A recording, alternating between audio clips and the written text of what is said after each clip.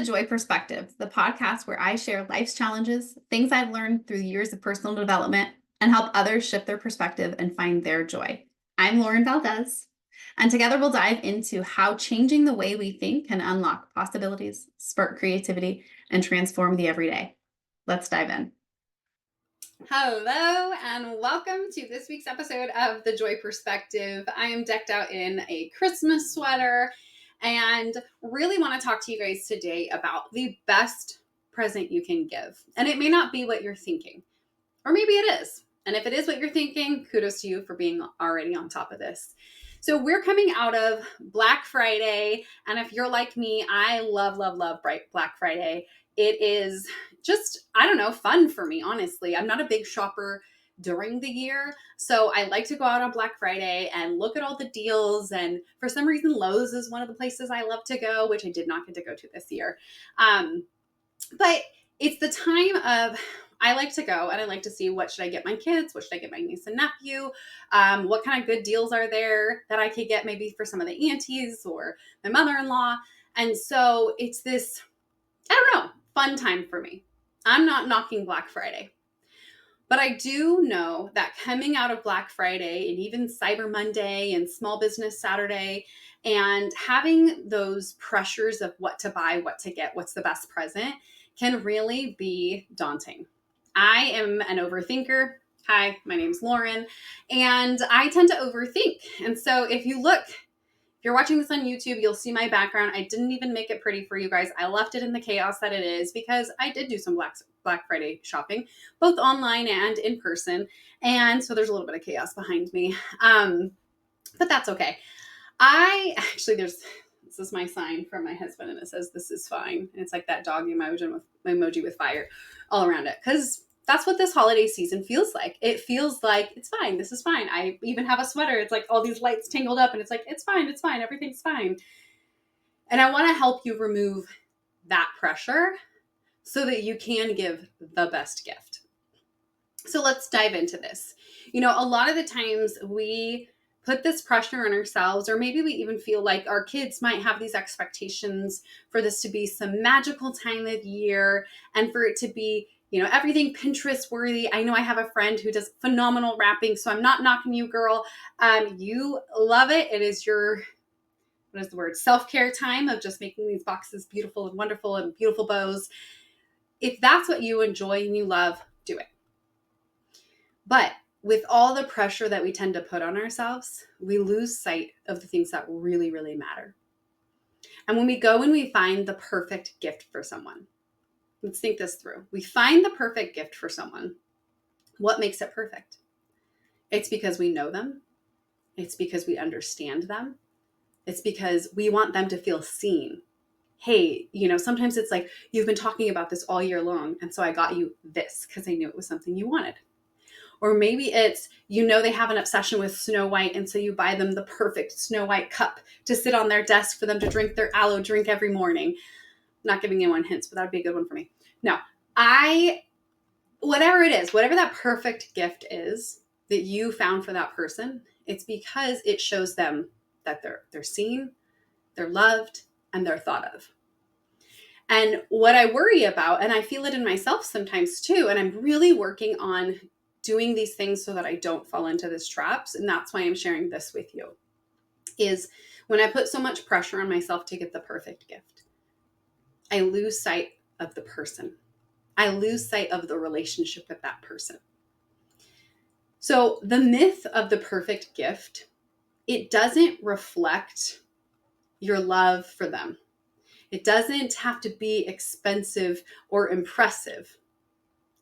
Instead, it does represent the love you have for them because you put the time and the effort into it.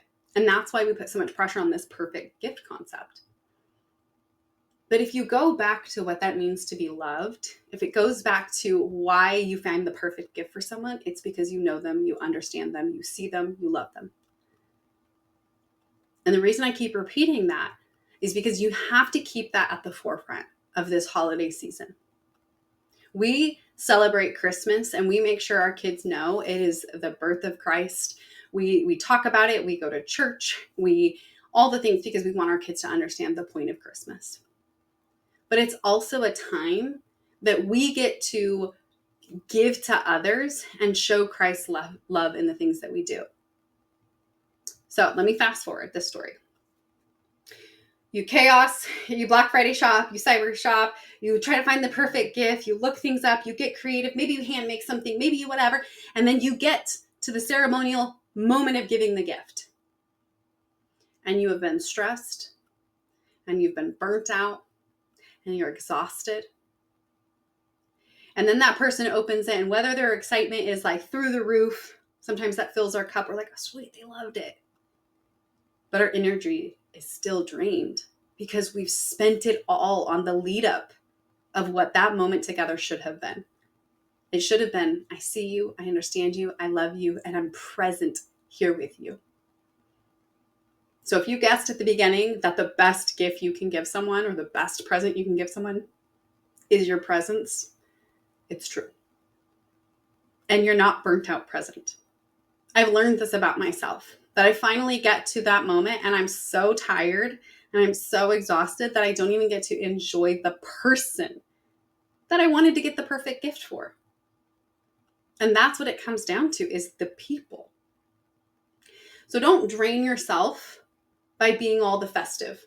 I will tell you, if you've got little kids in the car, pause this, mute this. You don't want them to hear this.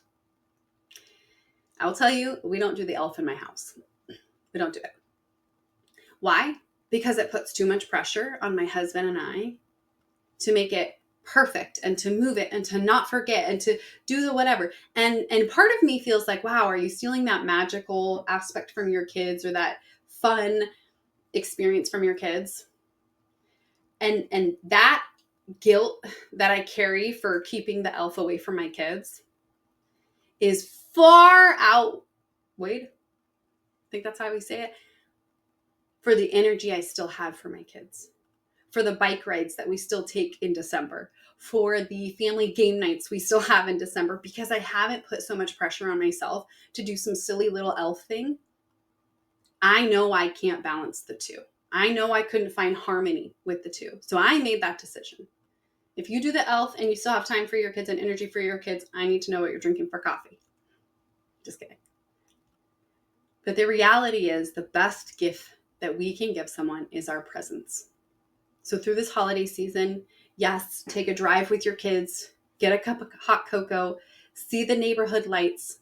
But if you don't make it to the 2-hour drive to the super cool Festival of Lights, to take your 3 family photos and be stressing the whole way in traffic and stressing the whole way home, give yourself permission also to realize that's okay. Instead, you're being present with your kiddos or your family or your whoever it is. There is no need to feel pressure to give gifts or meaningless gifts, to be honest. I know, I just bought some on Black Friday. I literally did. I bought these things and I'm like, these are going to go in the trash in a month. Cool. And that's what made me realize, like, wait, you're falling into that trap again, Lauren. Last year, we gave our kids the option. You can get a lot of presents like you normally do, or a decent amount of presents like you normally do, or we can take that money and go on a family trip. The kids chose the trip. Already, we haven't even hit December yet, and for 2 weeks, my son has been talking about taking another family trip. He has literally packed his suitcase and his backpack, put them outside of our doors and said, I'm ready to go. And I'm like, whoa, buddy, we don't even have tickets anywhere. But that's what kids remember. There's a reel going around. I'm actually going to recreate it with my kids today. There's a reel going around where the mom goes, hey, Sally, what did I get you for Christmas? What presents did you open on Christmas from me last year? Kid can't think. Goes to the next sibling. Hey, Susie, what gift did you get from me from last year? Kid can't think of anything. Mom circles back to Sally and says, what's your favorite trip we've ever taken as a family? Boom, immediately. Oh, this one or that one. Goes to the sibling. Oh, this one for sure. Oh, maybe that one. Why was it so easy for the kiddos to remember the trips versus the gifts? And the answer to that might be simple. Duh.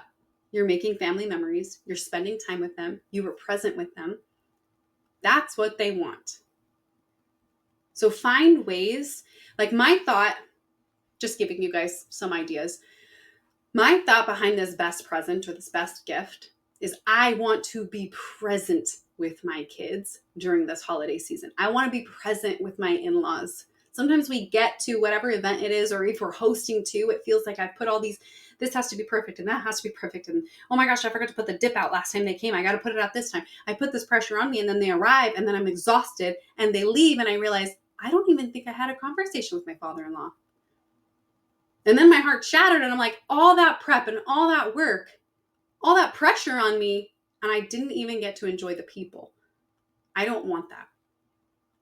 So instead, I'm trying to think of experiences and things that I can do with people.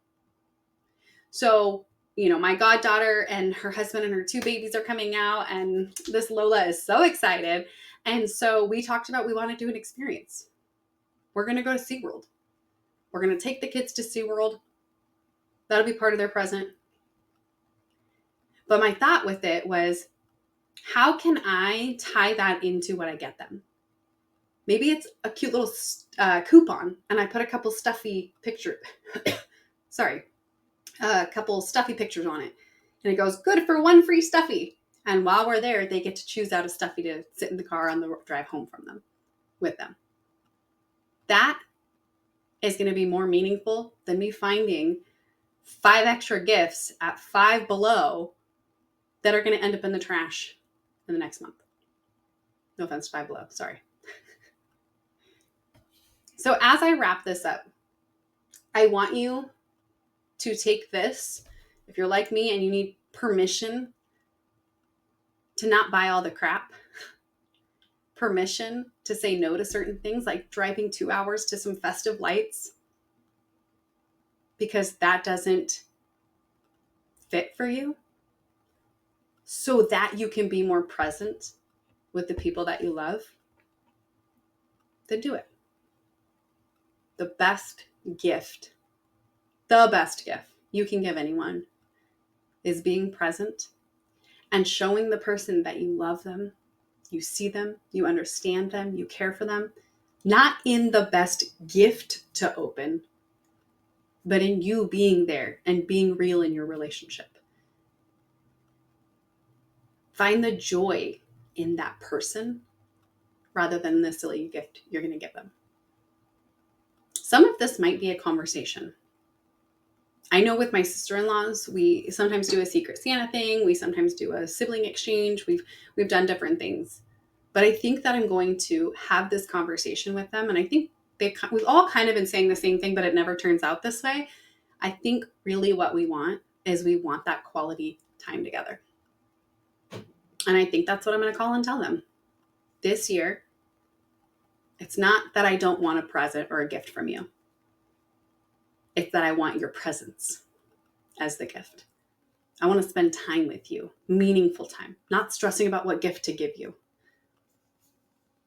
And that might be a conversation you have to have with certain people, or an expectation you set with certain people. But isn't it so much better to be able to love that person and spend time with that person than to show up completely burnt out?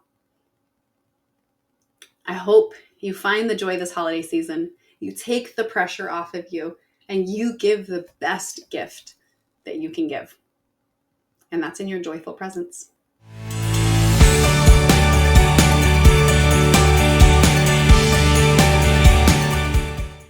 Thank you for joining me today on The Joy Perspective. I hope this episode helped you shift your mindset and find a little bit more joy in your life. If you enjoyed today's episode, be sure to subscribe so you never miss one. And don't forget to follow me on Instagram at @MeetLaurenValdez for more inspiration and updates. I'd love to hear your thoughts and connect with you. Until next time, keep shifting your perspective and finding your joy.